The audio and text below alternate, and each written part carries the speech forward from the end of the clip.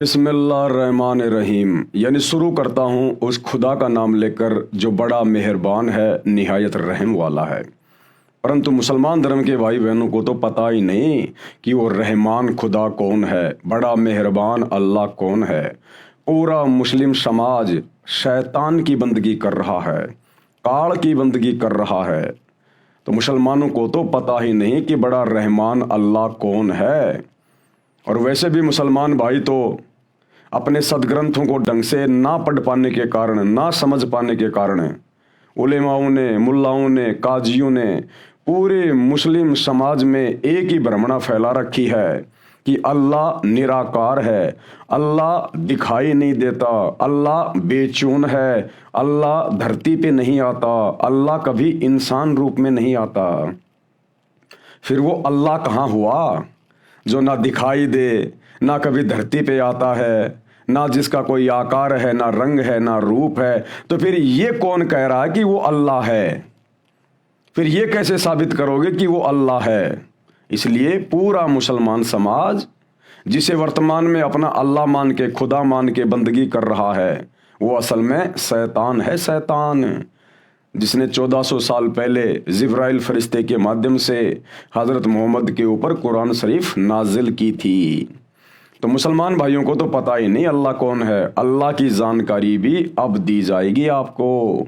अल्लाह की जानकारी स्वयं अल्लाह कबीर ने दरवेश रूप में, संत रूप में, सतगुरु रामपाल जी के रूप में प्रकट होकर स्वयं ही दी है। क्योंकि अल्लाह की जानकारी अल्लाह के सिवा कोई दूसरा सृष्टि में नहीं दे सकता। तो उसी अल्लाह के नाम से शुरू करते हैं, उसके जयकारे के नाम से आज का वीडियो।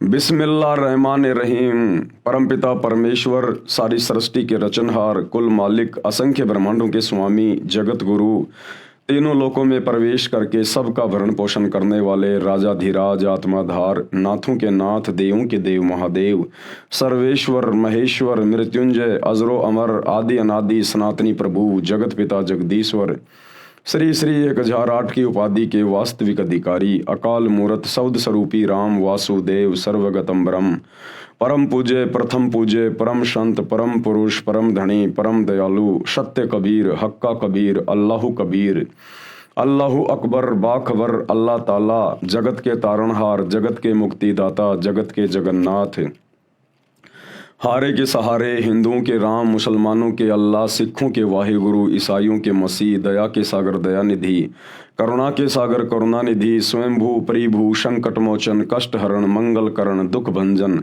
अविगत कबीर, निर्विकार निर्विषम परमात्मा, अलय अलेख सतगुरु, आदि अनादि सतगुरु, असली मर्यादा पुरुषोत्तम, असली राम, असली कृष्ण, असली घनश्याम, असली मुरारी, राजाओं के राजा, महाराजाओं के महाराजा, शहंशाहों के शहंशाह, सम्राटों के सम्राट, भगवानों के भगवान, अल्लाहों के अल्लाह, प्रभुओं के प्रभु, मसीहाओं के मसीह, सच्चे वाहिगुरु, बाबाओं के बाबा, पीरों के पीर, सेठों के सेठ, जगत सेठ, सावड़सा सेठ, सर्वगुण संपन्न, अनंत कोटि कलाओं के स्वामी, अनंत कोटि ब्रह्मांडों के नायक, योगियों में महायोगी, ध्यानियों में महाध्यानी, सिद्धों में परम सिद्ध, ज्ञानियों में तत्व ज्ञानी, ब्रह्म ज्ञानी, महाज्ञानी, परम ज्ञानी, सर्वश्रेष्ठ ज्ञानी, विज्ञानी, युवा कबीर, समृद्ध कबीर, असमवाद, अमित ओझा, सच्चे रहनुमा, करीम अल्लाह, सुभान अल्लाह, दुनिया के अंतिम पैगंबर, 8 सितंबर 1951 से गांव धनाना, जिला सोनीपत, हरियाणा, भारतवर्ष की पावन भूमि पे प्रकट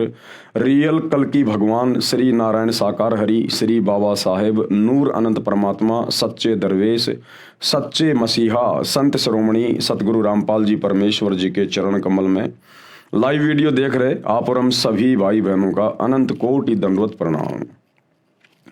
भाई और बहनों, ये पवित्र पुस्तक जो आपकी आंखों के सामने है, मुसलमान नहीं समझे ज्ञान कुरान, ये कोई सामान्य पुस्तक नहीं है, कोई छोटी मोटी पुस्तक नहीं है। ये रियल आसमानी होली बुक है, जिसको स्वयं अल्लाह कबीर ने धरती पे प्रकट होकर अपने मुसलमान बच्चों को जगाने के लिए लिखा है, ताकि ये संदेशा उनके मुस्लिम बच्चों तक जाए और वे अपने परम पिता परमेश्वर अल्लाह कबीर को, जो वर्तमान में दरवेश बनकर, साधु बनकर, मुर्शिद बनकर, बाखबर बनकर, तत्वदर्शी संत बनकर धरती पर प्रकट हैं, और अपना आत्म कल्याण करवाएं और काल के षड्यंत्र से बाहर निकले।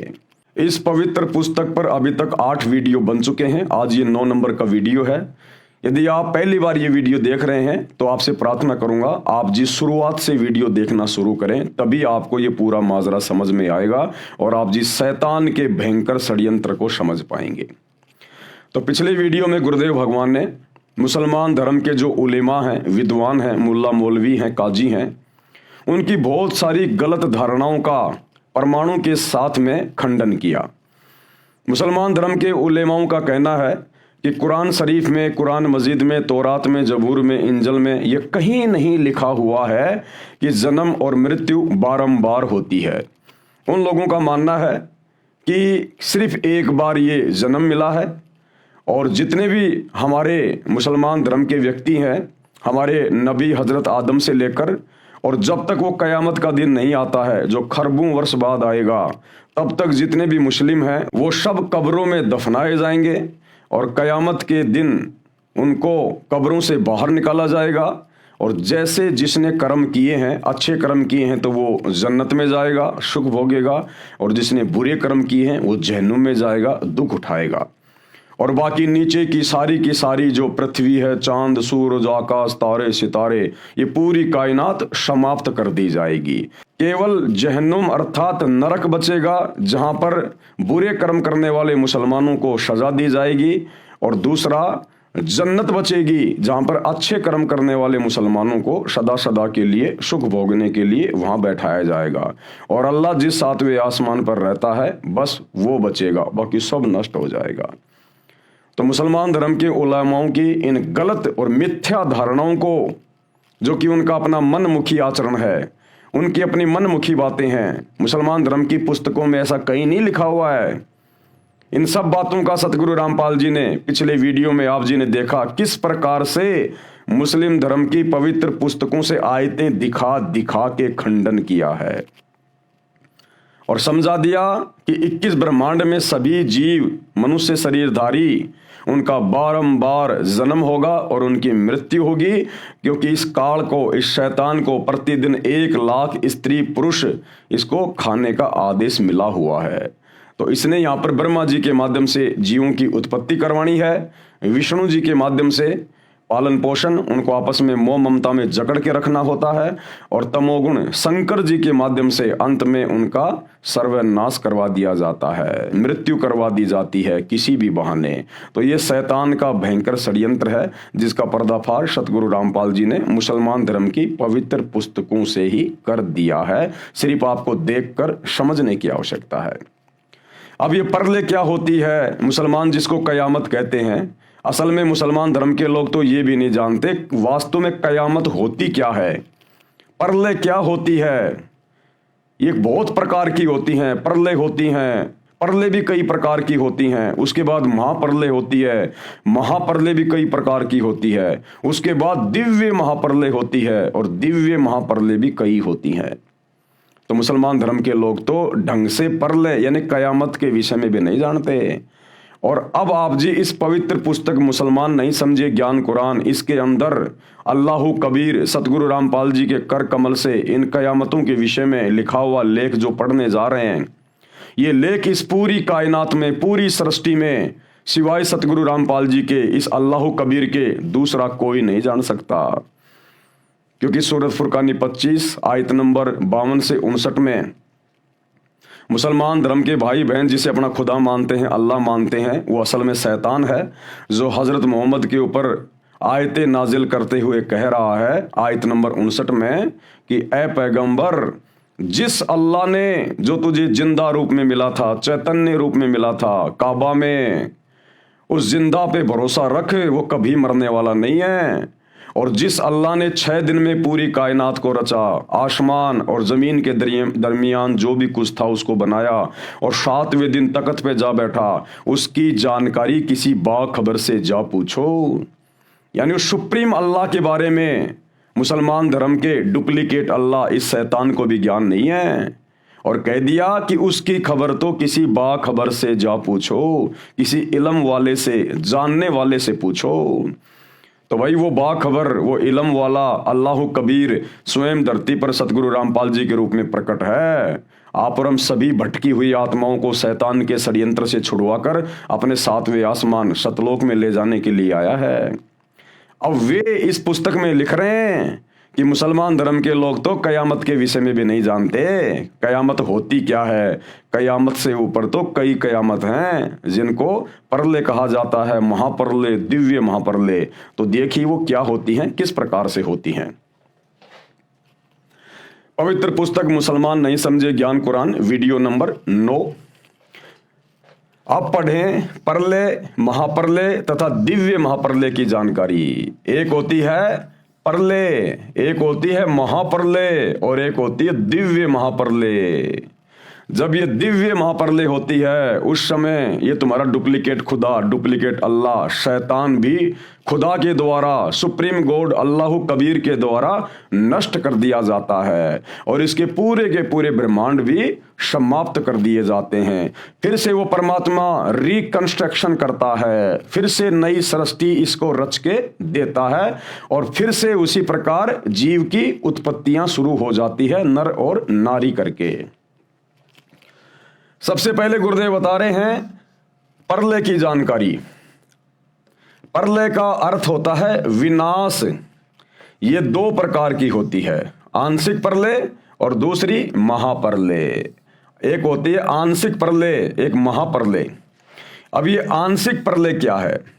देखो भाई और बहनों, हमने ज्यादा दिमाग पचाने की जरूरत नहीं है इसके अंदर, क्योंकि हमारी मुक्ति होगी।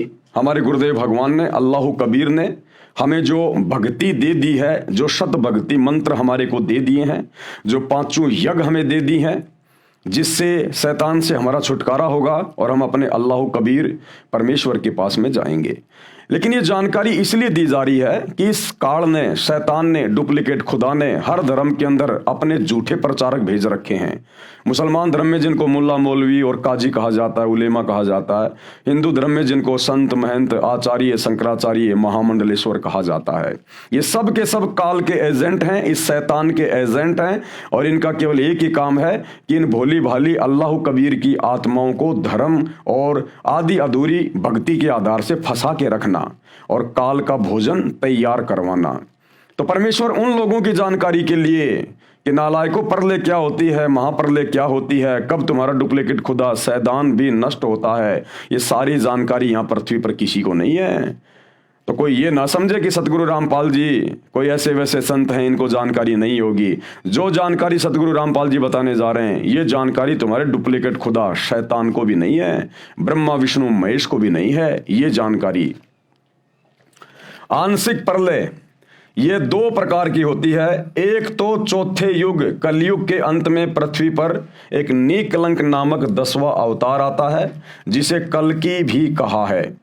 वह उस समय कलयुग के सभी भक्तिहीन मानव शरीरधारी प्राणियों को अपनी तलवार से मारकर समाप्त करेगा। आंशिक प्रलय क्या होती है? 4 युग होते हैं, सतयुग, त्रेता, द्वापर और कलयुग। वर्तमान में कलयुग चल रहा है। कलयुग अभी केवल 5,500 वर्ष बीता है और कलयुग की कुल आयु है 4,32,000 वर्ष।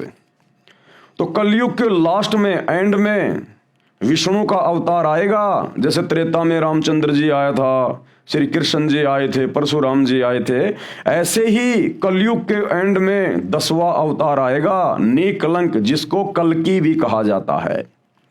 वो क्या करेगा? उस समय जो भक्तिहीन प्राणी होंगे, उस समय माहौल बहुत ज्यादा बिगड़ जाएगा, पृथ्वी पर हाहाकार मच जाएगा, जिसका आगे गुरुदेव भगवान जिक्र कर रहे हैं कि क्या क्या होगा उस समय। तो उस समय वो विष्णु का अवतार आएगा कल्कि, लाखों साल बाद, और वो भक्तिहीन प्राणियों को घास की तरह काटेगा, घास की तरह। और जो अच्छी आत्मा होंगी वही बचेंगी, बाकी सबको वो मारेगा, सबको समाप्त करेगा। और उसके बाद में इस पृथ्वी की दोबारा से रिकंस्ट्रक्शन की जाएगी। पूरी पृथ्वी के ऊपर फिर जल ही जल हो जाएगा, जल ही जल। पूरी पृथ्वी एक बार फिर से रिकंस्ट्रक्ट की जाएगी परमेश्वर के द्वारा। उसको कहते हैं आंशिक प्रलय। ये दो प्रकार की होती है। एक तो चौथे युग कलयुग के अंत में पृथ्वी पर एक नीकलंक नामक 10वां अवतार आता है, जिसे कल्कि भी कहा है। वह उस समय कलयुग के सभी भक्तिहीन मानव शरीरधारी प्राणियों को अपनी तलवार से मारकर समाप्त करेगा। उस समय मानव यानी मनुष्य, स्त्री पुरुष की उम्र 20 वर्ष की होगी। ये लाखों साल बाद की बातें हैं, लाखों साल। कलयुग के एंड में क्या होगा वो बता रहे हैं गुरुदेव। उस समय इंसान की उम्र स्त्री और पुरुष की केवल 20 साल की हो जाएगी, और 15 साल की उम्र में तो बच्चे उच्चे पैदा करके बूढ़ा होके आदमी मर भी लिया करेगा। 5 वर्ष की आयु में लड़की बच्चे पैदा करने लग जाएगी, क्योंकि टोटल उम्र उस समय 20 साल की होगी। जैसे वर्तमान में कलयुग में इंसान की उम्र है 100 साल, परंतु 100 साल तो कोई इक्का दुक्का पहुंचता है, बाकी 70-80 90 तक लोग मर जाते हैं। उस समय मानव की उम्र 20 वर्ष की होगी तथा 5 वर्ष खंड लैस होगी। 20 साल उम्र होगी, लेकिन 15 साल में ही काम तमाम हो जाया करेगा। अर्थात 15 वर्ष में सब बालक जवान बूढ़े होकर मर जाया करेंगे। 5 वर्षीय लड़की बच्चों को जन्म दिया करेगी। मानव का कद लगभग 1.5 या 2.5 फुट का होगा। उस समय इतने भूकंप आया करेंगे कि पृथ्वी पर 4 फुट ऊंचे मकान भी नहीं बना पाया करेंगे। सभी मानव धरती में बिल खोद कर रहा करेंगे, चूहे की तरह बिल खोद के रहा करेंगे। पृथ्वी उपजाऊ नहीं रहेगी। 3 हाथ यानी लगभग 4.5 फुट नीचे तक जमीन का उपजाऊ तत्व समाप्त हो जाएगा। कोई फलदार वृक्ष नहीं होगा तथा पीपल के पेड़ को पत्ते नहीं लगेंगे। सभी मनुष्य, स्त्री व पुरुष मांसाहारी होंगे। आपसी व्यवहार बहुत घटिया होगा। रीछों की सवारी किया करेंगे। रीछ उस समय का अच्छा वाहन होगा। पर्यावरण दूषित होने से वर्षा होनी बंद हो जाएगी। जैसे ओस पड़ती है ऐसे वर्षा हुआ करेगी। गंगा जमुना आदि नदियां भी सूख जाएंगी। ये कलयुग का अंत होगा। उस समय प्रलय, पृथ्वी पर पानी ही पानी होगी। यह है आंशिक प्रलय। उस समय पूरी पृथ्वी के ऊपर सैकड़ों फुट पानी हो जाएगा, सैकड़ों फुट पानी। और दोबारा से पृथ्वी का जो उपजाऊ जो तत्व है, जो 4.5 फुट नीचे तक चला जाएगा। आप देख लो आज किस प्रकार से यूरिया डाला जा रहा है, किस प्रकार से पेस्टिसाइड्स का यूज किया जा रहा है, केमिकल का यूज हो रहा है। फैक्ट्रियों में किस प्रकार से केमिकल उत्पन्न होता है, कहाँ कहाँ यूज हो रहा है। तो पृथ्वी का उपजाऊपन भी नष्ट हो जाएगा 4.5 फुट तक। तो उस समय फसल तो पैदा होगी नहीं, इसलिए सब लोग मांसाहारी होंगे, मांस खाया करेंगे। और 1.5 से 2.5 फुट की इंसान की हाइट हो जाएगी। और इतने भूकंप आएंगे उस समय, क्योंकि भाई और बहनों ये जो सृष्टि है काल की, ये पाप और पुण्य के आधार से चलती है। लेकिन लोग इन बातों से अनभिज्ञ हैं। देखो, एक इंसान है रोड पे खड़ा होकर भीख मांग रहा है तो वो भी इंसान ही। और एक इंसान देश का प्रधानमंत्री बन के सारी सुख सुविधा भोग रहा है। तो दोनों इंसानों में इतना अंतर क्यों? सिर्फ पाप और पुण्य का, भक्ति का। कबीरा सब जग निर्धना, धनवंता ना कोय, धनवंता सो जानिए जिसके पास राम नाम धन होए। तो जो आज भिखारी बन के रोड पे दिए बाबा 1-1 रुपए के लिए जो सारा दिन धूप में खड़ा रहता है ना, है वो भी इंसान ही। लेकिन वर्तमान में उसके पास में भक्ति नहीं है, उसके पास में पुण्य नहीं है, केवल उसके पाप कर्म बचे हुए हैं। कभी किसी मानव जन्म में उसने पहले दान पुण्य नहीं किया, भक्ति नहीं करी। आत्मा चार्ज होती है भक्ति से, भक्ति से चार्ज होती है, भक्ति से बनते हैं पुण्य। तो वो उसने किसी मनुष्य जन्म में किए नहीं, अब की बार उसके हाथ कुछ लगा नहीं।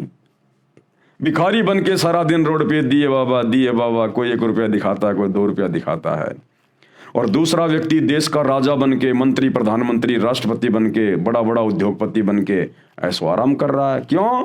क्योंकि जब कभी उसका पहले मनुष्य जन्म था, उसने भक्ति भी की, उसने दान पुण्य भी किया, संतों के सत्संग भी सुने और उनकी शरण में भी था, जिस कारण से उसकी बैटरी चार्ज है। उसके पास में भक्ति धन है, उसके पास में पुण्य है, और उन्हीं पुण्यों की बदौलत आज वो अच्छी पोस्ट पे है। तो कलयुग के एंड में भक्ति कोई करेगा नहीं, भक्ति यहां रहेगी नहीं, और माहौल इतना भयंकर तरीके से बिगड़ जाएगा कि आपस में व्यवहार भी एक दूसरे के प्रति अच्छा नहीं होगा। कोई भी स्त्री पतिव्रता नहीं होगी।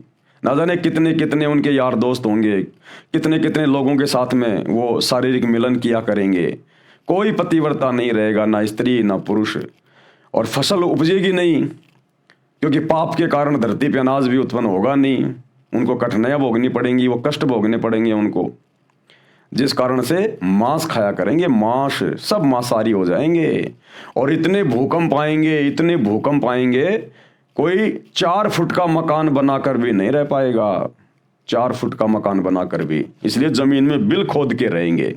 तो वो समय आएगा, इसलिए ये परमात्मा अल्लाह कबीर सतगुरु रामपाल जी धरती पे आए हुए हैं कि ए आत्माओं, आने वाले समय में अगर तुम वर्तमान में पार नहीं हुए तो तुम्हें कैसे कैसे कष्ट भोगने पड़ेंगे, तुम्हें कैसी कैसी समस्याओं का सामना करना पड़ेगा, तुम्हारा जीना दूभर हो जाएगा, फिर तुम्हें कोई मौका नहीं मिलेगा भक्ति करने का उस समय। इसलिए मान जाओ, सुधर जाओ, सत्संग सुन लो, सबकी जेब में मोबाइल हैं, अपने अल्लाह कबीर परमपिता परमेश्वर की पहचान कर लो, शैतान के लोक से निकल चलो। उस समय प्रलय यानी पृथ्वी पर पानी पानी होगा, प्रलय होगी, एकदम इतनी वर्षा होगी कि सारी पृथ्वी पर सैकड़ों फुट पानी हो जाएगा। अति ऊंचे स्थानों पर कुछ मानव शेष रहेंगे, यानी जो कुछ भी व्यक्ति बचेंगे ना, वो धार्मिक होंगे, वो निकलंक, वो कल्कि विष्णु का अवतार केवल उन्हीं को छोड़ेगा जो धार्मिक व्यक्ति होंगे, जिनके पास में थोड़ी बहुत भक्ति कमाई होगी। फिर वो क्या करेंगे, जब पृथ्वी पर सैकड़ों फुट पानी हो जाएगा ना, वो ऊंचे स्थानों पे चले जाएंगे, पहाड़ों पे चले जाएंगे। फिर जमीन पर जो सैकड़ों फुट पानी हो जाएगा, धीरे धीरे वो पानी जमीन के अंदर जाएगा और जमीन के अंदर से जो केमिकल है उसको बाहर निकालेगा, और फिर सूर्य की गर्मी से वो केमिकल सूखेगा, वो पानी सूखेगा। फिर पूरी पृथ्वी पर वन ही वन होंगे, पेड़ ही पेड़ होंगे, जिस कारण से फिर से पृथ्वी उपजाऊ बनेगी, बढ़िया वातावरण होगा। पानी सैकड़ों वर्षों में सूखेगा, फिर सारी पृथ्वी पर जंगल उग जाएगा, पृथ्वी फिर से उपजाऊ हो जाएगी। जंगल यानी पेड़ों की अधिकता से पर्यावरण फिर शुद्ध हो जाएगा। कुछ व्यक्ति जो भक्ति युक्त होंगे ऊंचे स्थानों पर बचे रह जाएंगे, उनके संतान होगी, वह बहुत ऊंचे कद की होंगी।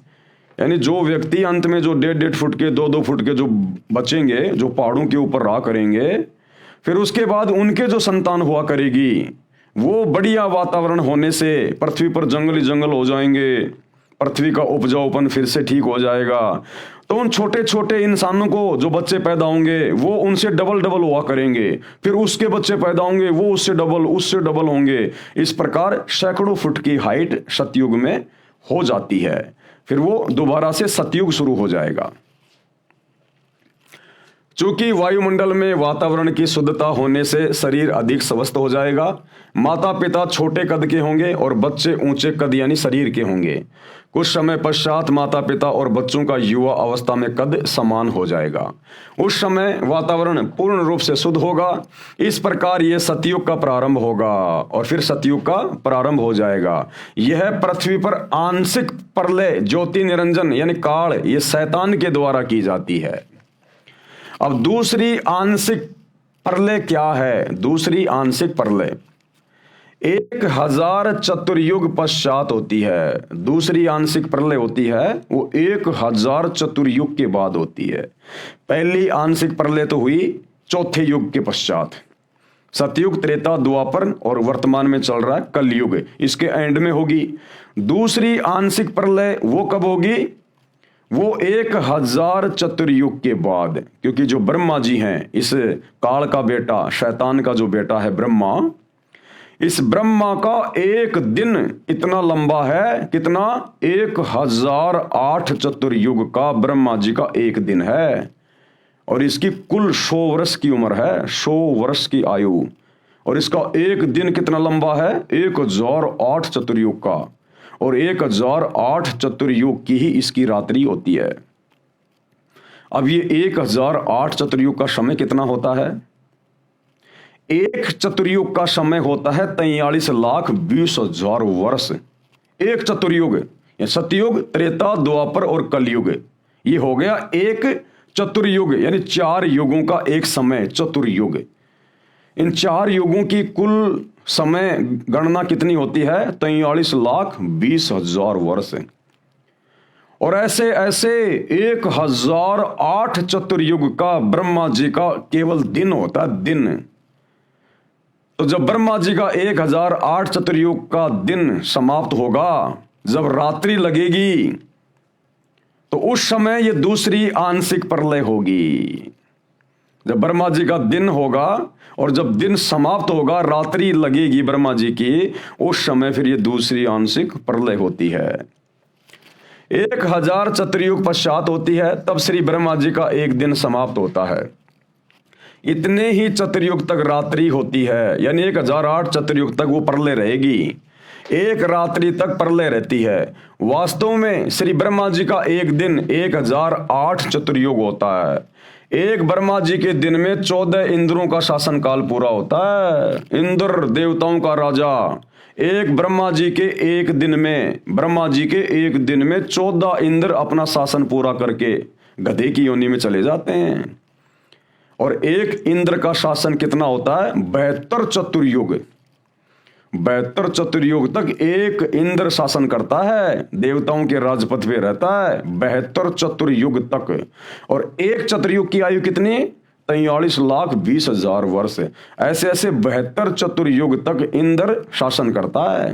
एक ब्रह्मा जी के दिन में 14 इंद्रों का शासन काल पूरा होता है। एक इंद्र का शासन काल 72 चौकड़ी युग होता है, 72 चतुर्युग। एक चौकड़ी यानी चतुर्युग में 4 युग होते हैं। सतयुग की कुल उम्र होती है 17,28,000 वर्ष का होता है। दूसरा त्रेता युग जो 12,96,000 वर्षों का होता है।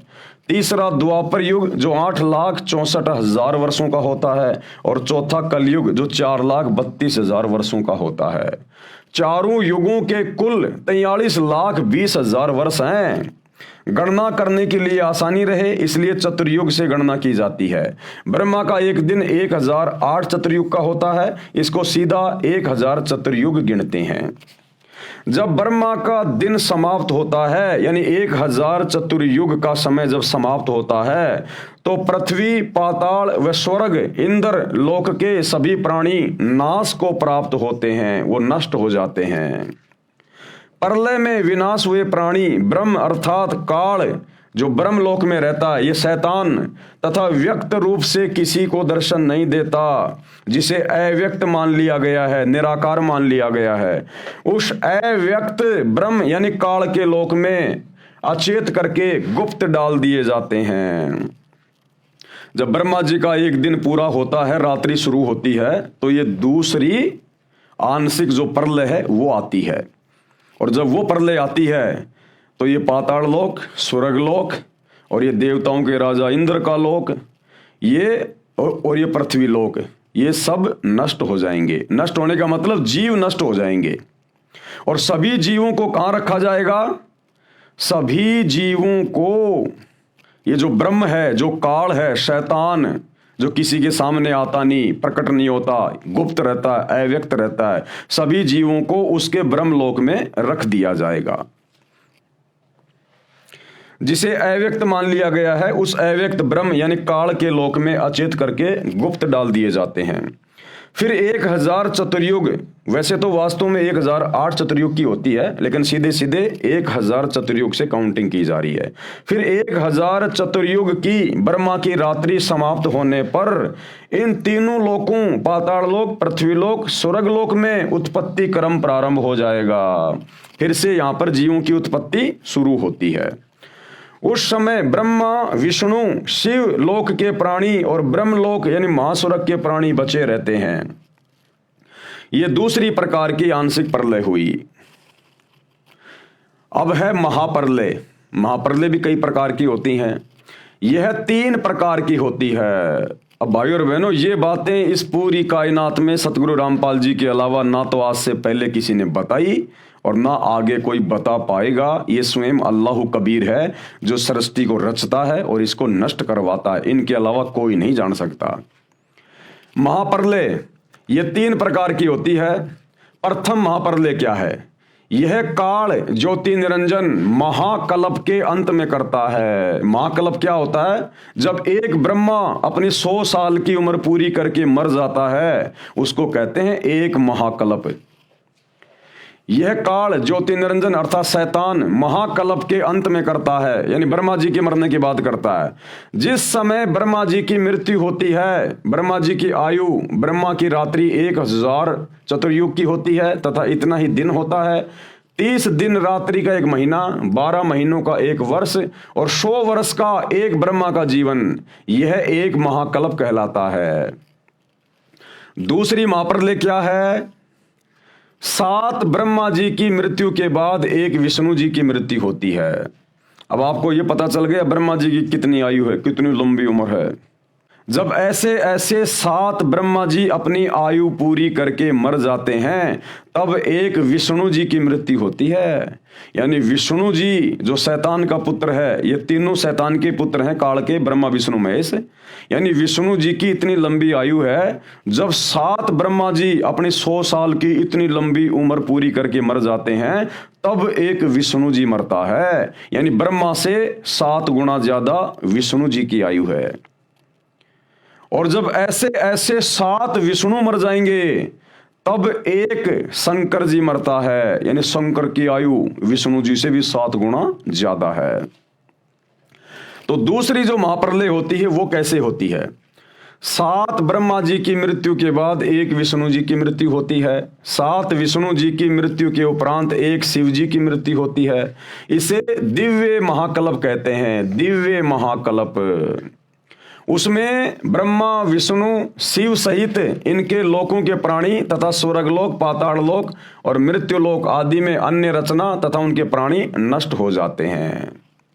उस समय केवल ब्रह्मलोक बसता है, जिसमें ये काल भगवान, ज्योति निरंजन, शैतान तथा दुर्गा 3 रूपों में, महाब्रह्मा रूप में, महासावित्री रूप में और महाविष्णु, महालक्ष्मी और महाशंकर, महादेवी, पार्वती के रूप में 3 लोक बनाकर रहता है।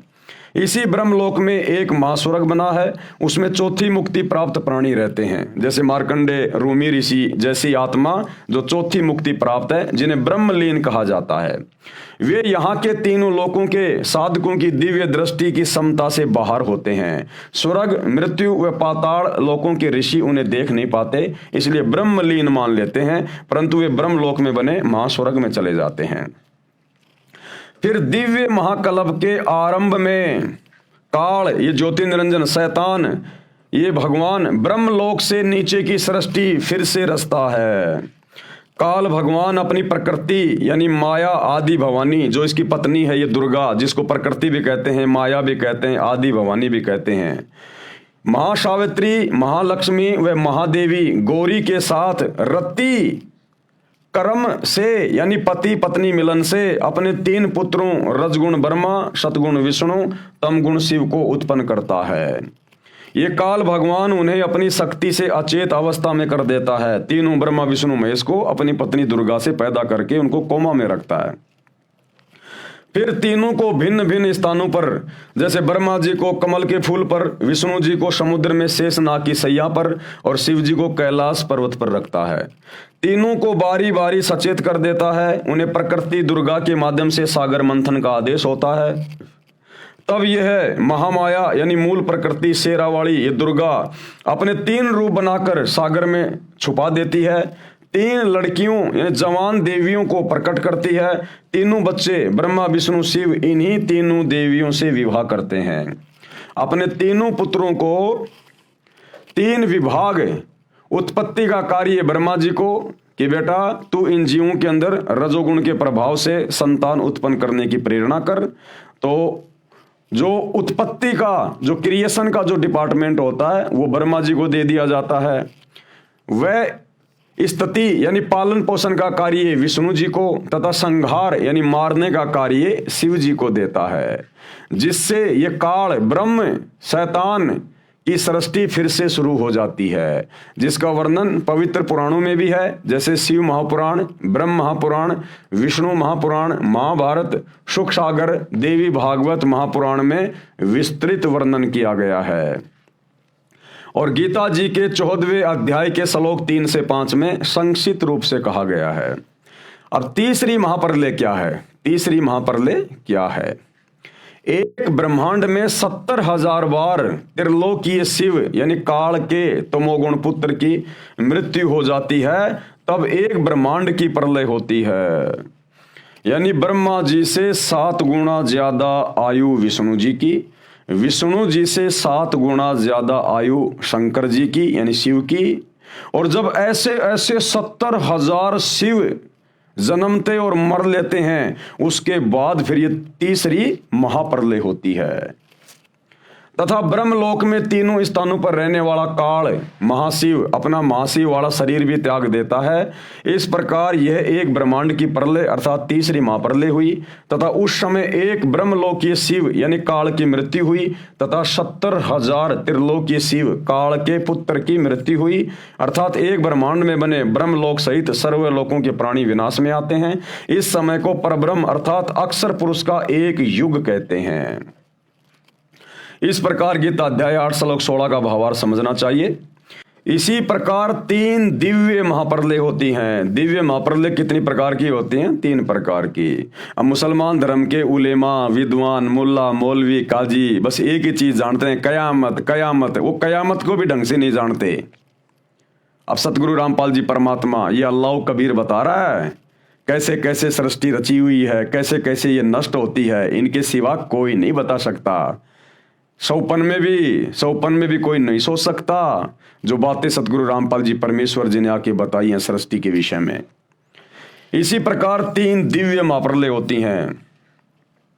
प्रथम दिव्य महाप्रलय ये क्या होती है?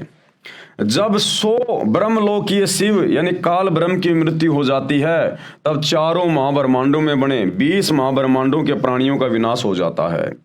विशेषकर एक महाब्रह्मांड में ही सृष्टि रहती है। एक महाब्रह्मांड के अंदर जब प्रलय होती है, तब दूसरे महाब्रह्मांड में सृष्टि शुरू होती है। अंत में चारों महाब्रह्मांडों के 20 ब्रह्मांडों में प्रलय हो जाती है। तब चारों महाब्रह्मांडों के शुभ कर्मी प्राणियों को, हंस आत्माओं को 21वें ब्रह्मांड में बने नकली सतलोक आदि लोकों में रख देता है ये काल। तथा उसी लोक में निर्मित अन्य 4 गुप्त स्थानों पर अन्य प्राणियों को अचेत करके डाल देता है। तथा तब उसी नकली सतलोक के प्राणियों को खाकर अपनी भूख मिटाता है। तथा जो प्रतिदिन खाए प्राणियों को उसी 21वें ब्रह्मांड में बने 4 गुप्त स्थानों में अचेत करके डालता रहता है। तथा वहां पर भी ज्योति निरंजन यानी एक शैतान अपने 3 रूप महाब्रह्मा, महाविष्णु तथा महाशिव धारण कर लेता है। तथा वहां पर बने शिव रूप में अपनी जन्म मृत्यु की लीला करता रहता है, जिसे समय निश्चित रखता है। तथा 100 बार मृत्यु को प्राप्त होता है। जिस प्रकार परब्रह्म के 100 युग का समय 21वें ब्रह्मांड में पूरा हो जाता है। तत्पश्चात चारों महाब्रह्मांडों के अंदर सृष्टि रचना का कार्य प्रारंभ करता है। जिस एक सृष्टि में 100 ब्रह्मलोकीय शिव यानी काल की आयु अर्थात परब्रह्म के 100 युग तक सृष्टि रहती है। तथा इतना ही समय प्रलय रहती है अर्थात परब्रह्म के 200 युग, क्योंकि परब्रह्म के एक युग में एक ब्रह्मलोकीय शिव अर्थात काल की मृत्यु होती है। उसमें एक दिव्य महाप्रलय जो काल द्वारा की जाती है उसका कर्म पूरा होता है। ये काल अर्थात ब्रह्म प्रथम अव्यक्त कहलाता है। गीता अध्याय 7 श्लोक 24 और 25 में दूसरा अव्यक्त परब्रह्म तथा इसे भी परे तीसरा सनातन अव्यक्त जो पूर्ण ब्रह्म है। गीता अध्याय 8 श्लोक 20 का भाव समझें। अब भाइयों और बहनों ये बातें दिमाग के ऊपर से निकलेंगी क्योंकि बहुत ही गूढ़ ज्ञान है। इस ज्ञान को समझना इतना आसान नहीं है। इस ज्ञान को तो आप जब सतगुरु रामपाल जी की शरण में आ जाओगे और 8-10 साल तक उनके सत्संग सुनोगे ध्यान से, सृष्टि रचना को कई बार समझोगे ध्यान से, तब कहीं जाकर ये बातें थोड़ी थोड़ी हमारे जहन में आएंगी। तो यहाँ पर ये सारी बातें महाप्रलय की, दिव्य महाप्रलय की, आंशिक प्रलय की, गुरुदेव भगवान केवल मुसलमान धर्म के उन प्रवक्ताओं को, उलेमाओं को, उनको समझाने की दृष्टि से लिख रहे हैं कि तुम तो खाली प्रलय प्रलय प्रलय प्रलय, इससे ज्यादा तुम्हें कुछ नहीं पता। जब इस ज्ञान के अंदर जाओगे तो तुम्हारे दिमाग के तोते उड़ जाएंगे, तोते। शैतान का इतना भयंकर षड्यंत्र है। दूसरी दिव्य महाप्रलय क्या होती है? इस दिव्य महाप्रलय में ये शैतान भी नष्ट हो जाता है। इस उपरोक्त महाप्रलय के 5 बार हो जाने के पश्चात द्वितीय दिव्य महाप्रलय होती है। दूसरी दिव्य महाप्रलय परब्रह्म अविगत पुरुष अक्षर पुरुष करता है। उसमें काल ब्रह्म अर्थात ये क्षर पुरुष, ये शैतान सहित सर्व 21 ब्रह्मांडों का विनाश हो जाता है, जिसमें 3 लोक, स्वर्गलोक, मृत्युलोक, पाताल लोक, ब्रह्मा विष्णु शिव व काल ज्योति निरंजन ओकार निरंजन जिसको शैतान भी कहते हैं, तथा इनके लोकों ब्रह्मलोक अर्थात सर्व अन्य 21 ब्रह्मांडों के प्राणी नष्ट हो जाते हैं। यानी मुसलमान जिसे अपना खुदा मान रहे हैं, अल्लाह मान रहे हैं, वो शैतान और उसके सारे लोक नष्ट कर दिए जाते हैं और पर ब्रह्म के लोक में सभी जीवात्माओं को रख दिया जाता है। विशेष 7 त्रिलोकीय ब्रह्मा की मृत्यु के बाद एक त्रिलोकीय विष्णु की मृत्यु होती है, यानी 7 ब्रह्मा जी के बाद में एक विष्णु जी की मृत्यु होती है, तथा 7 विष्णु की मृत्यु के बाद एक शिव की मृत्यु होती है। 70,000 शिव की मृत्यु के बाद एक ब्रह्मलोकीय शिव अर्थात काल ब्रह्म की मृत्यु पर ब्रह्म के एक युग के बाद होती है। ऐसे 1000 युग का परब्रह्म यानी अक्षर पुरुष का एक दिन तथा इतनी ही रात्रि होती है। अक्षर पुरुष की रात्रि का समय शुरू होने पर प्रकृति ये दुर्गा सहित काल ज्योति निरंजन अर्थात परब्रह्म तथा इसके 21 ब्रह्मांडों के प्राणी नष्ट हो जाते हैं, तथा परब्रह्म यानी दूसरा अव्यक्त वो अक्षर पुरुष का 1000 युग का दिन समाप्त होता है। इतनी ही रात्रि व्यतीत होने के उपरांत ब्रह्म को यानी शैतान को फिर पूर्ण ब्रह्म ये कबीर परमात्मा प्रकट करता है। गीता अध्याय 8 श्लोक 17 का भाव ऐसे समझें, परंतु ब्रह्मांडों व महाब्रह्मांडों व इनमें बने लोकों की सीमा यानी गोलाकार दीवार समझो समाप्त नहीं होती। फिर इतने ही समय के बाद ये काल तथा माया प्रकृति देवी को पूर्ण ब्रह्म कौन कबीर परमात्मा अल्लाह कबीर अपने द्वारा पूर्व निर्धारित सृष्टि कर्म के आधार पर पुनः उत्पन्न करता है, तथा सभी प्राणी जो काल के कैदी यानी बंदी हैं उनके कर्म आधार पर शरीरों में सृष्टि कर्म नियम से रचता है तथा लगता है कि परब्रह्म रच रहा है। यहां पर गीता अध्याय 15 का श्लोक 17 याद रखना चाहिए, जिसमें कहा है कि उत्तम प्रभु तो कोई और ही है, उत्तम पुरुष तु अन्य परमात्मा इति उदाहरते, यानी उत्तम परमात्मा सर्वश्रेष्ठ परमात्मा तो कोई और ही है और वो है अल्लाह कबीर, जो वास्तव में अविनाशी परमेश्वर है, कभी नहीं मरता, वो अकाल है, जो तीनों लोकों में प्रवेश करके सबका धारण पोषण करता है। तथा गीता अध्याय 18 के श्लोक 61 में कहा है कि अंतर्यामी परमेश्वर सभी प्राणियों को यंत्र यानी मशीन के सदृश से कर्म आधार पर घुमाता है तथा प्रत्येक प्राणी के हृदय में स्थित है। गीता के पाठकों को फिर भ्रम होगा कि गीता अध्याय 15 के श्लोक 15 में काल ब्रह्म यानी ये शैतान कहता है कि मैं सभी प्राणियों के हृदय में स्थित हूं तथा सर्व ज्ञान अपोहन व वेदों को प्रदान करने वाला हूं। हृदय कमल में काल भगवान महापार्वती दुर्गा सहित महाशिव रूप में रहता है तथा पूर्ण परमात्मा भी जीवात्मा के साथ अभेद रूप से रहता है, जैसे वायु रहती है गंध के साथ, दोनों का अभेद संबंध है परंतु कुछ गुणों का अंतर है। गीता अध्याय 2 के श्लोक 17 से 21 में भी विस्तृत विवरण है। इस प्रकार पूर्ण ब्रह्म भी प्रत्येक प्राणी के हृदय में जीवात्मा के साथ रहता है, जैसे सूर्य दूर स्थान पर होते हुए भी उसकी उष्णता व प्रकाश का प्रभाव प्रत्येक प्राणी से अभेद है तथा जीवात्मा का स्थान भी हृदय में ही है। एक विशेष बात और है, एक महाब्रह्मांड का विनाश परब्रह्म के 100 युग के उपरांत होता है। इतने ही वर्षों तक एक महाब्रह्मांड में प्रलय रहती है। काल अर्थात ब्रह्म ज्योति निरंजन को तो ऐसा जानो जैसे गर्मियों के मौसम में राजस्थान हरियाणा आदि क्षेत्रों में वायु का एक स्तंभ जैसा मिट्टी युक्त वायु आसमान में बहुत ऊंचे तक दिखाई देता है तथा चक्कर लगाता हुआ चलता है, जो अस्थायी होता है, परंतु गंध तो वायु के साथ अभेद रूप में है। इसी प्रकार जीवात्मा तथा परमात्मा का सूक्ष्म संबंध समझें। ऐसे ही सभी प्रलय तथा महाप्रलय के कर्म को पूर्ण परमात्मा सत्य पुरुष कबीर देव अल्लाह कबीर से ही होना निश्चित समझें।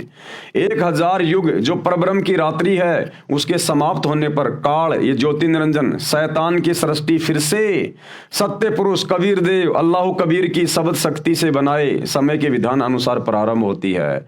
अक्षर पुरुष यानी परब्रह्म पूर्ण ब्रह्म सत्य पुरुष के आदेश से काल यानी ज्योति निरंजन शैतान व माया यानी ये दुर्गा और इन सभी प्राणियों सहित काल के 21 ब्रह्मांड में भेज देता है तथा पूर्ण ब्रह्म के बनाए विधान अनुसार सर्व ब्रह्मांडों में अन्य रचना प्रभु कबीर जी की कृपा से हो जाती है।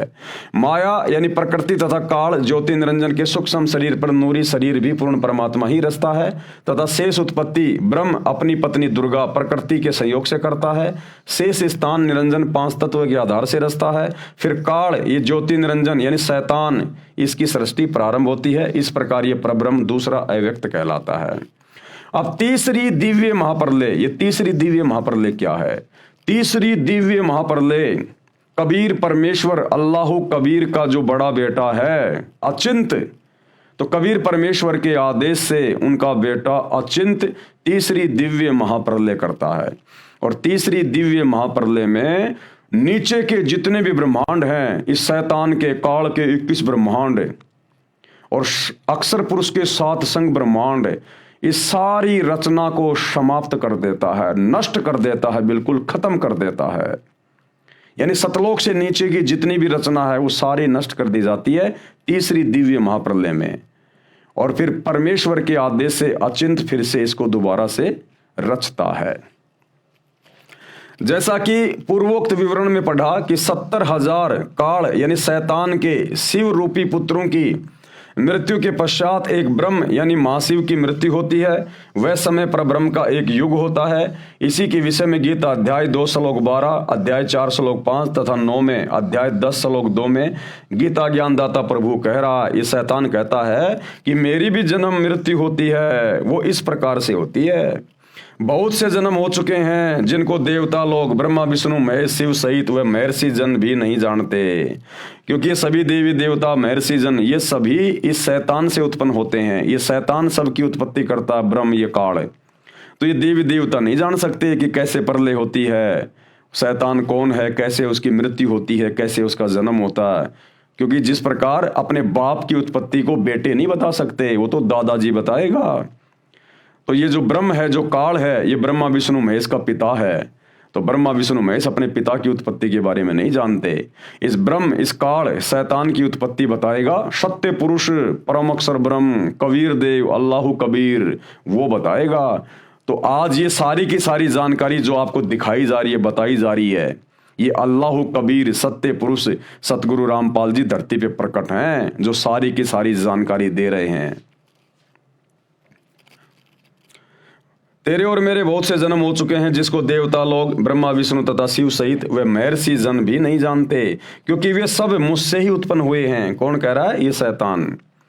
गीता अध्याय 4 श्लोक 9 में कहा है कि मेरे जन्म और कर्म दिव्य हैं। पर ब्रह्म के एक युग में काल भगवान सदाशिव वाला शरीर त्यागता है तथा पुनः अन्य ब्रह्मांड में अन्य 3 रूपों में विराजमान हो जाता है। ये लीला स्वयं करता है। पर ब्रह्म का एक दिन 1000 युग का होता है, इतनी ही रात्रि होती है। 30 दिन रात का 1 महीना, 12 महीनों का 1 वर्ष तथा 100 वर्ष की परब्रह्म यानी द्वितीय अव्यक्त अक्षर पुरुष की आयु होती है। उस समय परब्रह्म अक्षर पुरुष की मृत्यु होती है। यह तीसरी दिव्य महाप्रलय कहलाती है। तीसरी दिव्य महाप्रलय। तीसरी दिव्य महाप्रलय में सभी ब्रह्मांड तथा अंड, जिसमें ब्रह्म यानी शैतान के 21 ब्रह्मांड तथा परब्रह्म यानी अक्षर पुरुष के 7 संग ब्रह्मांड व अन्य असंख्य ब्रह्मांड नाश में आवेंगे। धुंधुकार का शंख बजेगा, सर्व अंड व ब्रह्मांड नाश में आवेंगे, परंतु वह तीसरी दिव्य महाप्रलय बहुत समय उपरांत होवेगी। वह तीसरी दिव्य महाप्रलय सत्य पुरुष यानी अल्लाह कबीर का पुत्र अचिंत अपने पिता पूर्ण ब्रह्म सत्य पुरुष की आज्ञा से सृष्टि कर्म नियम से जो पूर्ण ब्रह्म ने निर्धारित किया हुआ है करेगा और फिर सृष्टि रचना होगी। परंतु सतलोक में गए हंस दोबारा जन्म मरण में नहीं आएंगे, परंतु जो आत्माएं वर्तमान में उस अल्लाह कबीर की जो सतगुरु रामपाल जी के रूप में धरती पे प्रकट हैं, जो वर्तमान में इनकी भक्ति करके आजीवन मर्यादा में रह के अपना जन्म मरण का रोग समाप्त करवा लेंगे, सतलोक में बैठा दिए जाएंगे। इन सभी प्रलय में, महाप्रलय में, दिव्य महाप्रलय में फिर वो प्राणी उसमें कष्ट नहीं उठाएंगे, क्योंकि परमात्मा उनको सतलोक में बैठा देगा। और सतलोक का कभी भी विनाश नहीं होता है, वहां कभी कोई प्रलय महाप्रलय दिव्य महाप्रलय नहीं होती है। वो अविनाशी लोक हैं, वो शाश्वत रहेंगे, सदा सदा रहेंगे। तो क्या कह रहे हैं गुरुदेव? परंतु सतलोक में गए हंस यानी भगत दोबारा जन्म मरण में नहीं आएंगे। इस प्रकार न तो अक्षर पुरुष अर्थात पर ब्रह्म अमर है, न ये काल अर्थात शैतान ब्रह्म अमर है, न ब्रह्मा रजगुण विष्णु सतगुण और शिव तमगुण अमर है। फिर इनके पुजारी यानी इनके भगत कैसे पूर्ण मुक्ति प्राप्त कर सकते हैं? अर्थात कभी नहीं। इसलिए पूर्ण ब्रह्म की साधना करनी चाहिए, इसलिए किसकी साधना करनी चाहिए? पूर्ण ब्रह्म की। अब देखो भाई और बहनों, ये चक्कर क्या है, आपको थोड़ा सा शॉर्ट में समझाने का प्रयास करता हूं, जो मुसलमान धर्म के भाई बहन हैं। देखो, सबसे पहले है कबीर परमात्मा। सबसे पहले कौन है? एकमात्र कबीर अल्लाह, ये सबसे बड़ा भगवान है, सभी का परमात्मा है, इसी से सारी सृष्टि उत्पन्न हुई है। तो सबसे बड़ा परमात्मा है कबीर देव, ये कबीर परमात्मा, सर्व सृष्टि का रचनहार, कुल मालिक, असंख्य ब्रह्मांडों का स्वामी। कबीर, अल्लाह कबीर, ओरिजिनल खुदा, सुप्रीम गॉड कबीर। अब कबीर परमेश्वर ने क्या कर रखा है? कबीर परमात्मा ने 4 लोक रचे, अपने नीचे 4 लोक रचे उन्होंने। एक रच दिया उन्होंने अनामी लोक, दूसरा रच दिया उन्होंने अगम लोक, और तीसरा रच दिया उन्होंने अलख लोक, और चौथा रच दिया उन्होंने सत्यलोक। ये 4 लोक रचे परमात्मा ने। हम सभी आत्माएं पहले सतलोक में रहा करती थी, सभी जीव आत्माएं, ये शैतान भी वहीं रहा करता था, ये दुर्गा भी वहीं रहा करती थी, सब वहीं रहा करते थे।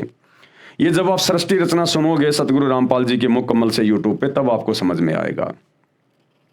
फिर सतलोक में वहां पर शैतान के मन में एक दोष आया कि मैं अलग से राज्य प्राप्त करना चाहता हूं। इसने वहां पर तप करना शुरू कर दिया, और तप के बदले कबीर परमात्मा ने इसको 21 ब्रह्मांड दे दिए उसी सतलोक के अंदर। सतलोक में ही एक साइड में इसको 21 ब्रह्मांड दे दिए, 21 प्लाट दे दिए कबीर परमात्मा ने, अल्लाह कबीर ने। अब इसने वहां पर एक गलती कर दी, इसने वहां पर दुर्गा के साथ में अभद्र व्यवहार किया। आपको शॉर्ट में बताया जा रहा है, पूरी जानकारी सृष्टि रचना सुनिए सतगुरु रामपाल जी के मुख कमल से। इसने दुर्गा के साथ में जबरदस्ती करनी चाहिए, शारीरिक संबंध इसने बनाने चाहे, जिस कारण से कबीर परमात्मा ने इसको अपने सतलोक से निष्कासित कर दिया। इसको 21 ब्रह्मांड दे दिए और सतलोक से इसको 16 शंख कोश की दूरी पर यहां भेज दिया। सतलोक के इसको निष्कासित कर दिया और इसको श्राप दे दिया कि प्रतिदिन तू 1 लाख स्त्री पुरुषों को खाएगा, उनके सूक्ष्म शरीर की वासना को तू तपतशिला पे भून भून के खाएगा। तो क्या हुआ भाई और बहनों, इस काल को परमात्मा ने इसके 21 ब्रह्मांड सहित और सतलोक से 16 संकोश की दूरी पे भेज दिया। 16 संकोश की दूरी पे, 16 संकोश की दूरी पे इसको शैतान कहते हैं। इसको बाद में इसका नाम शैतान पड़ गया। काल भी यही है, ब्रह्म भी यही है, यानी इसको सतलोक से परमात्मा ने निष्कासित कर दिया और इसको 21 ब्रह्मांड दे दिए, पूरे के पूरे 21 ब्रह्मांड इसके विमान की तरह वहां से चल के परमात्मा की शब्द शक्ति से और यहां आ गए। अब इन्हीं 21 ब्रह्मांडों में ये शैतान डुप्लीकेट भगवान बन के बैठा है। इसको मुसलमान अपना अल्लाह समझ रहे हैं, हिंदू अपना भगवान समझ रहे हैं, और ये शैतान अपने 21 ब्रह्मांड से बाहर की जानकारी किसी को नहीं होने देता, क्योंकि जीव समझ ही नहीं पाते जानकारी सारी की सारी, क्योंकि ये सबका राजा बन के बैठा हुआ है। ये शैतान, ये ब्रह्म ज्योति निरंजन भी इसी को कहते हैं, क्षर पुरुष भी इसी को कहते हैं। अब इसने क्या किया, इसने अपनी पत्नी दुर्गा के साथ में शारीरिक संबंध बना के इसने 3 बेटे उत्पन्न किए। सबसे पहला बेटा ब्रह्मा, दूसरा बेटा विष्णु, और तीसरा बेटा ये आपका शंकर जी। 3 बेटे उत्पन्न किए इसने। अब इसको तो श्राप लग गया कि तू प्रतिदिन 1 लाख स्त्री पुरुष खाएगा, और इसको वहां से निष्कासित कर दिया। अब ये क्या करे, अपने भोजन की व्यवस्था कैसे करे ये, और इसने दुर्गा को कह दिया, दुर्गा आज के बाद मैं कभी किसी के सामने नहीं आऊंगा, मैं अपने 21वें ब्रह्मांड में रहूंगा। 21वें ब्रह्मांड में यहां पर इसने एक अपने लिए अपनी जगह बना रखी है, यहां रहता है ये 21वें ब्रह्मांड में, और तू मेरी सारी व्यवस्था करेगी, नीचे की सृष्टि मेरे आदेश से तू चलाएगी, तू संभालेगी। और 3 पुत्र इसने पैदा कर दिए दुर्गा के साथ में संभोग करके, ब्रह्मा विष्णु महेश। सृष्टि रचना में आप पढ़ेंगे कैसे उनको सचेत किया, कैसे उनकी शादियां हुई, कैसे ब्रह्मा जी को वेद मिले, सारी जानकारी। अब भाइयों और बहनों, पूरा का पूरा जो सिस्टम है ये ब्रह्मा विष्णु महेश के माध्यम से चल रहा है। यहां पर ब्रह्मा विष्णु महेश के माध्यम से पूरा सिस्टम चल रहा है। अब इसको जो 21 ब्रह्मांड दिए गए हैं सत्य पुरुष के द्वारा, कबीर परमात्मा के द्वारा, 21 ब्रह्मांड को इसने 5 भागों में डिवाइड कर रखा है। 5 भागों में 5 ब्रह्मांडों का इसने समूह बना रखा है, और केवल एक ब्रह्मांड में यह सृष्टि की उत्पत्ति करवाता है, बाकी 4 ब्रह्मांड इसके खाली पड़े रहते हैं। तो एक ब्रह्मांड में इसने सृष्टि को चलाया हुआ है जिसमें आप और हम सभी लोग फंसे हुए हैं, और इस एक ब्रह्मांड का राजा बना दिया अपने तीनों बेटों को, ब्रह्मा विष्णु और महेश को। ब्रह्मा विष्णु महेश को इसने राजा बना रखा है, और अपनी जानकारी हम जीवों को नहीं होने देता। बाकी हम शिव जीव हैं, हिंदू मुस्लिम सिख ईसाई जितने भी हैं, गधे कुत्ते सुअर, हम यहाँ जीव हैं। ये अपनी जानकारी यहाँ किसी को नहीं होने देता। अपने तीनों बेटों के माध्यम से, ब्रह्मा विष्णु महेश के माध्यम से, ये अपने भोजन की व्यवस्था करवाता है। ब्रह्मा के माध्यम से रजोगुण के द्वारा बच्चे उत्पन्न करवाता है, विष्णु के द्वारा एक दूसरे में मोह ममता बनी रहती है, और शंकर जी किसी न किसी बहाने लड़ाई में, झगड़े में, बीमारी में, एक्सीडेंट में मार मार के उनको अपने बाप के पास में भेजता रहता है, यहाँ 21वें ब्रह्मांड में तपतशिला पर। इन तीनों को भी नहीं पता बेचारों को कि हमारा बाप ये शैतान है, ये काल है, क्योंकि शैतान ने, काल ने उस दुर्गा को कह दिया कि मेरी जानकारी किसी को मत देना वरना मेरे से बुरा कोई नहीं होगा। तो दुर्गा भी डरती हुई ये जानकारी इनको नहीं बताती। अब पूरा हिंदू समाज दुर्गा को कहता दुर्गा माता, शेरा वाली माता, 16 श्रृंगार करती है। आप उनकी फोटोएं देखिए, सिंदूर भरती है, माथे पे बिंदिया लगाती हैं, 16 श्रृंगार कर रखे हैं, और सब क्या कहते हैं, दुर्गा माता, जय हो माता, जय हो माता। लेकिन ये किसी को नहीं पता कि उसका पति कौन है। अरे बिना पति के वो माता कैसे बन गई? अरे जो सुहागन औरत होती है वही तो सिंदूर लगाती है, वही तो माथे पे बिंदिया लगाएगी, 16 श्रृंगार करेगी, माता वही तो कहलाएगी। कंवारी औरत कैसे मां कहलाएगी? तो हिंदू धर्म का कोई भी आचार्य, शंकराचार्य ये नहीं बता पाता कि उस माता का पति कौन है। ये सारा भेद सतगुरु रामपाल जी ने आके खोला कि ये काल, ये शैतान उस दुर्गा का पति है। ये गुप्त रहता, किसी के सामने नहीं आता, और अपने तीनों बेटों के माध्यम से अपने भोजन की व्यवस्था करवाता, यहां पर इंसानों को पैदा करवा के। अब ये शैतान क्या करता है कि यहां के किसी भी प्राणी को जो ब्रह्मा विष्णु महेश के माध्यम से मैं उत्पन्न करवा रहा हूं, जन्म देता हूं, मारता हूं, फिर 84 लाख योनियों में जैसे वो कर्म करते हैं मनुष्य योनि में, फिर उनकी सजा देने के लिए 84 लाख योनियों में डालता है, गधा कुत्ता सुअर बनाता है, किसी को नरक में, किसी को स्वर्ग में भेजता है। इसी एक ब्रह्मांड के अंदर सारी की सारी ये प्रोसीजर है। ब्रह्मा विष्णु महेश के लोक भी यही है, दुर्गा का लोक भी है, बाकी देवी देवताओं के लोक वगैरह, नरक स्वर्ग वगैरह सब कुछ इस एक ब्रह्मांड के अंदर है जहां इसने सृष्टि शुरू कर रखी है। अब ब्रह्मा विष्णु महेश को भी नहीं पता कि हमारा बाप कौन है और हम क्यों ये कार्य कर रहे हैं। अगर इनको पता चल जाए तो ये काम ये करेंगे नहीं, तो ये जानकारी शैतान इनको होने नहीं देता है। अब ब्रह्मा विष्णु महेश के माध्यम से ये शैतान अपने भोजन के लिए, अपने स्वार्थ के लिए, हम अल्लाह कबीर की सभी आत्माओं को भ्रम में रखता है। ये हमें आपस में बांट के रखता है, लड़ा झगड़ा के रखता है। इसी ने अपने अवतार भेजे। इस शैतान ने ब्रह्मा जी का अवतार भेज दिया बाबा आदम और मुसलमान धर्म चलवा दिया। इसी शैतान ने विष्णु जी का अवतार भेज दिया, त्रेता में श्री रामचंद्र, द्वापर में श्री कृष्ण जी भेज दिया, और शंकर जी के अवतार रूप में भेज दिया हजरत मोहम्मद को। और इसी प्रकार तीनों देवताओं के माध्यम से, और विष्णु जी के लोक से आया था आपका ये हजरत, ये ईसा मसीह, जिसने ये ईसाई समाज चला दिया। यानी इस एक ब्रह्मांड की पूरी सृष्टि, जिसमें हिंदू मुसलमान सिख ईसाई दुनिया भर के धर्म जातियां इंसान बनी हुई हैं, ये सारे के सारे ब्रह्मा विष्णु महेश के माध्यम से ये शैतान हैंडल कर रहा है। और हम गधे यहां पर आपस में, मैं मुसलमान, मैं हिंदू, मेरा धर्म सबसे बड़ा, मेरी भक्ति सबसे बड़ी। और ये शैतान यही चाहता है कि मेरे तीनों बेटों के माध्यम से मैं अपने अवतार भेजता रहूं, किसी को मुसलमान धर्म में, किसी को हिंदू धर्म में, और इन मूर्खों को आपस में ये उलझा के रखें कि हमारा धर्म बड़ा, हमारी भक्ति बड़ी, और काल का बढ़िया काम चल रहा है, आपस में लड़ रहे हैं, मर रहे हैं, खस रहे हैं, और उसके भोजन की व्यवस्था हो रही है। अब भाई और बहनों, ये सारा का सारा षड्यंत्र समझाने के लिए ये कबीर भगवान, क्योंकि हम आत्मा इसकी हैं, और जब इसने देखा इस शैतान ने तो मेरी आत्मा को गधा कुत्ता सुअर बना दिया, नरक में ठोक रहा है, भयंकर कष्ट उठा रही है आत्मा, रो रही हैं, चीख रही हैं, चिल्ला रही हैं, तो ये दयालु परमात्मा है, ये है वो बड़ा मेहरबान रहम दिल वाला, बिस्मिल्लाह रहमान रहीम, ये है वो रहमान रहीम कबीर भगवान।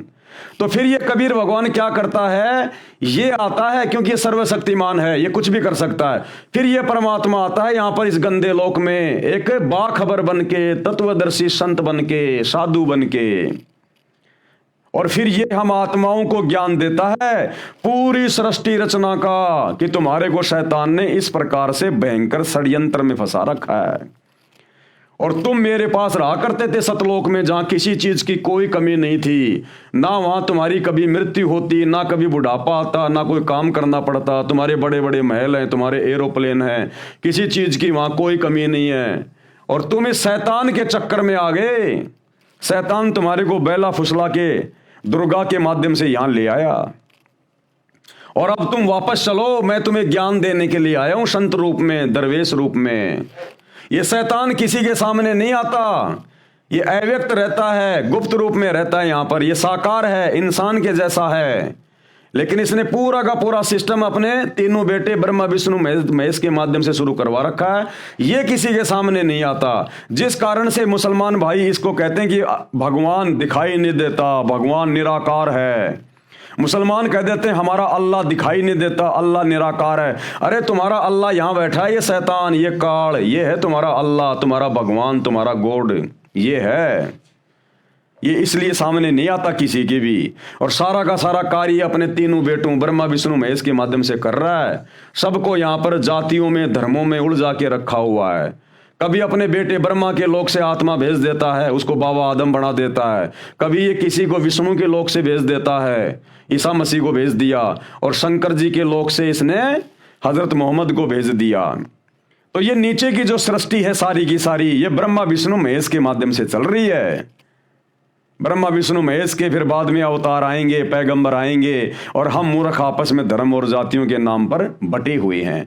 तो ये अल्लाह कबीर, ये रहम दिल अल्लाह आकर संत रूप में ये हमें ज्ञान समझाता है। लेकिन हम मूर्ख इतने ज्यादा अज्ञान में रंग चुके होते हैं, हम कह देते नहीं नहीं अल्लाह धरती पे आता ही नहीं, अल्लाह तो निराकार है, अल्लाह दिखाई नहीं देता, अल्लाह तो बेचैन है, और हम इनके ज्ञान को नहीं समझते, और जोर जबरदस्ती भाई ये करता नहीं है। तो जो पुण्यात्मा होती हैं, जो इनकी बातों पे गौर कर लेती हैं, इनके सत्संगों को ध्यान से सुन लेती है, वे आत्माएं इनकी भक्ति शुरू कर देती हैं सतगुरु रामपाल जी की, अल्लाह कबीर की। और इनके पास वो भक्ति है जो आपको शैतान के षड्यंत्र से छुड़ा सकती है। अन्यथा भाई यहीं गधे कुत्ते बनते रहोगे, चाहे हिंदू हो, चाहे मुसलमान हो, चाहे अमेरिका का हो, चाहे भारत का हो। ये है पूरा का पूरा इसका षड्यंत्र। और यह षड्यंत्र आपको बखूबी समझ में आएगा जब आप सतगुरु रामपाल जी के मुख कमल से यूट्यूब पर अपनी जेब से मोबाइल निकाल के सर्च करोगे सृष्टि रचना संत रामपाल जी, तो भैया 2-3 घंटे के सैकड़ों वीडियो मिलेंगे, और सभी धर्मों से प्रमाण दिखा के सृष्टि रचना बता रहे हैं सतगुरु रामपाल जी। कोई मन गढ़ंत कहानी नहीं है। 1-2 बार सुनोगे तो आपको लगेगा कहीं कोई मन गढ़ंत कहानी है, क्योंकि आज से पहले हमने कभी सुनी नहीं। लेकिन जब हम देखेंगे अपने धर्मशास्त्रों में, गीता में, वेदों में, कुरान में, पुराण में, जब हम ये प्रमाण देखेंगे, सबूत देखेंगे, तब हम दांतों तले उंगली दबाएंगे। तब भाई तुम्हें सतगुरु रामपाल जी में परमात्मा दिखाई देगा, अल्लाह कबीर दिखाई देगा। अन्यथा भाई ये शैतान है तुम्हारा अल्लाह जो गुप्त रहता है। मुसलमान जिसे अपना खुदा अल्लाह कहते हैं ना, ये है वो शैतान जिसने हजरत मोहम्मद के ऊपर कुरान शरीफ नाजिल की, हजरत मूसा के ऊपर तौरात नाजिल की, हजरत दाऊद के ऊपर इसने जबूर नाजिल की, हजरत ईसा पे इंजिल नाजिल की। ये है वो शैतान जिसने वेदों का ज्ञान दिया, और जिसने महाभारत के युद्ध में अर्जुन को गीता का ज्ञान दिया श्री कृष्ण जी में प्रवेश करके। ये है वो शैतान, ये किसी के सामने नहीं आता। तो भाई इसने अपने तीनों बेटों के माध्यम से, ब्रह्मा विष्णु महेश के माध्यम से हम सभी को धर्मों में बांट रखा है, जातियों में बांट रखा है। यहां से अपने अवतार, अपने पैगंबर भेजते रहते हैं।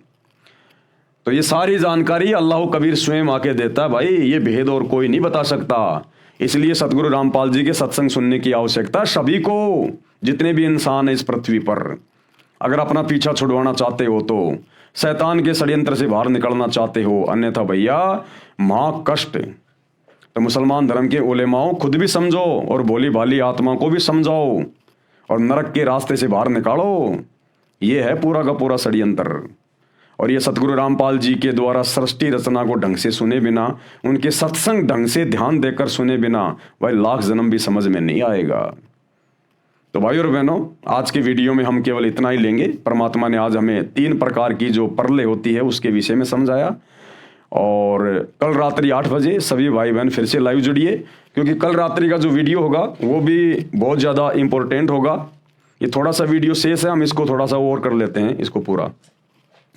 जिसकी उपासना से जीव सतलोक अमरलोक में चला जाता है, यानी वो कबीर परमात्मा आता है फिर संत रूप में धरती पर, जो आज सतगुरु रामपाल जी के रूप में आए हुए हैं। तो इनकी उपासना से यानी भक्ति से ये जीव सतलोक यानी अमरलोक में चला जाता है।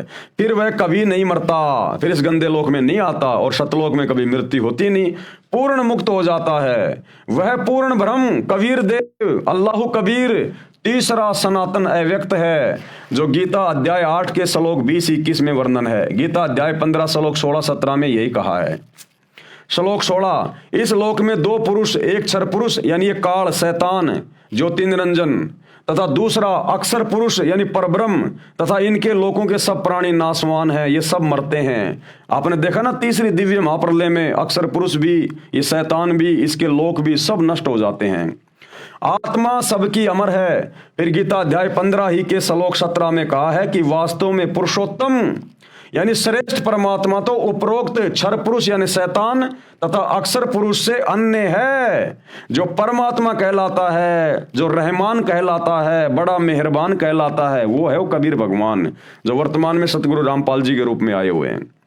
जो तीनों लोकों में प्रवेश करके सबका धारण पोषण करता है, वह वास्तव में अविनाशी है। अमर करूं शतलोक पठाऊं, ताते बंदी छोड़ कहाऊं। क्या कहता वो अल्लाह कबीर कि अमर करूं, इस काल के शैतान के षड्यंत्र से तुम्हें बाहर निकाल के भक्ति देके अमर कर दूंगा, शतलोक में बैठा दूंगा। अमर करूं शतलोक बैठाऊं, ताते बंदी छोड़ कहाऊं।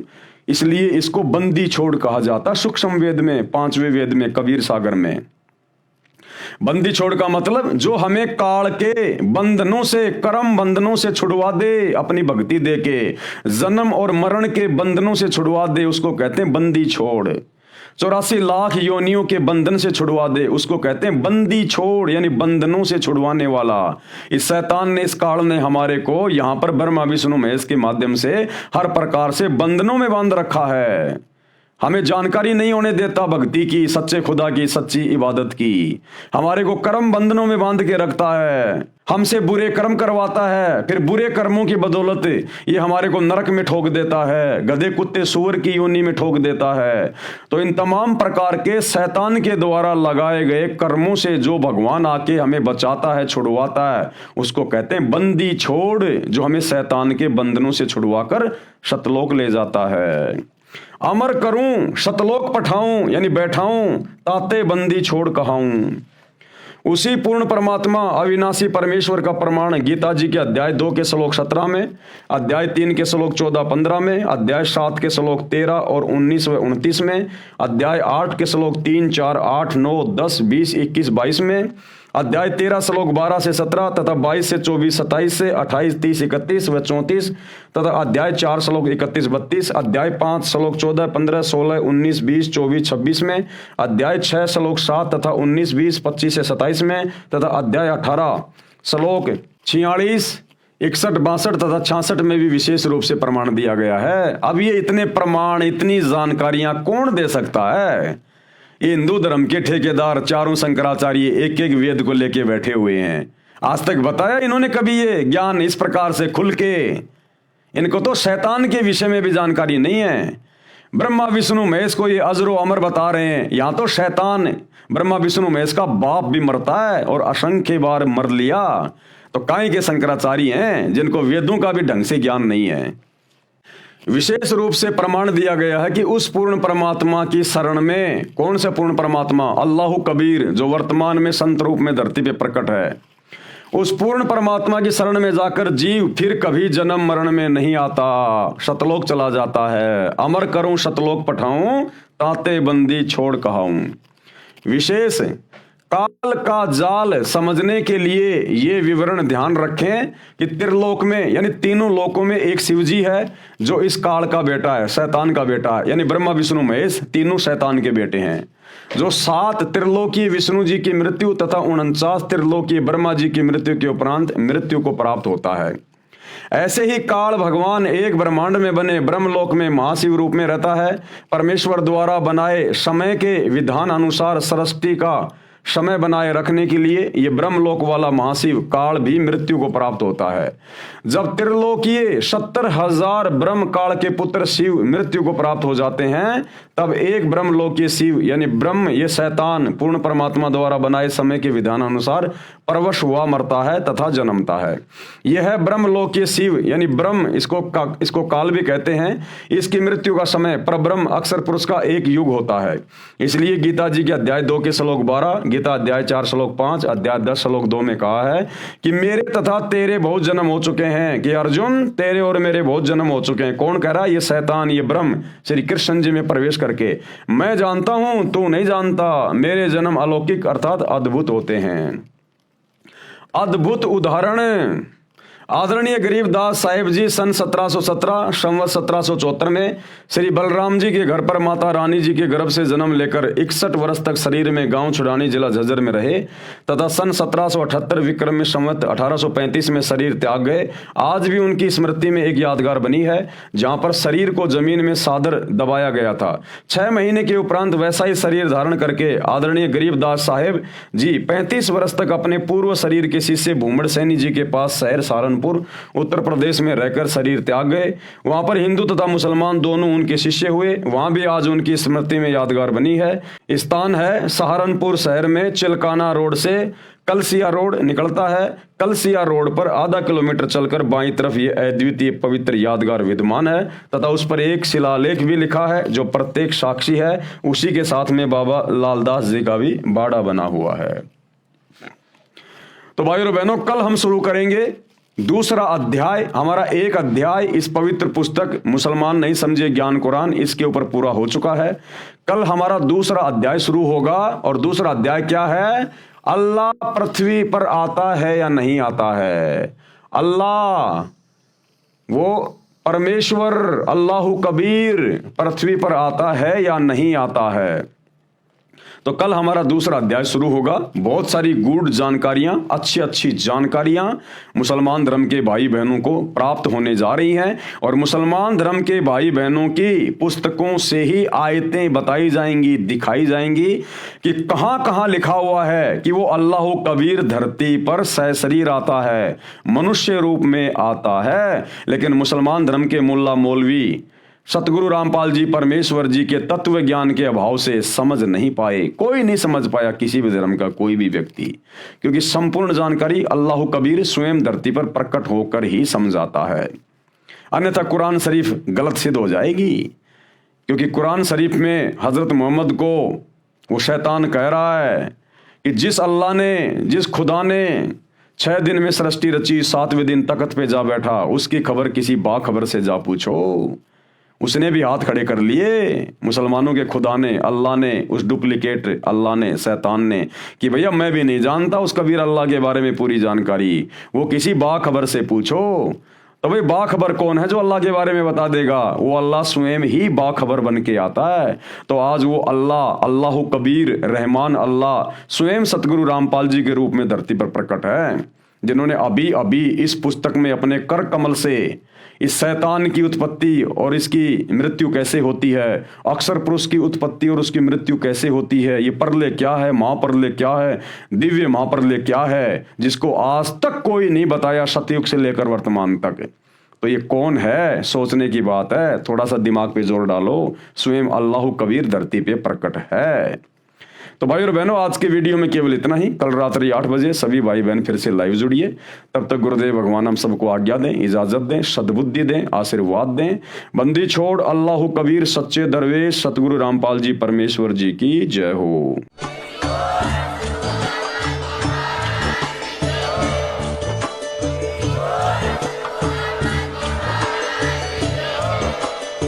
भाई जो गुरु बचन पे डट गए, कट गए फंद 84 के, कट गए फंद 84 के, कट गए फंद 84 के।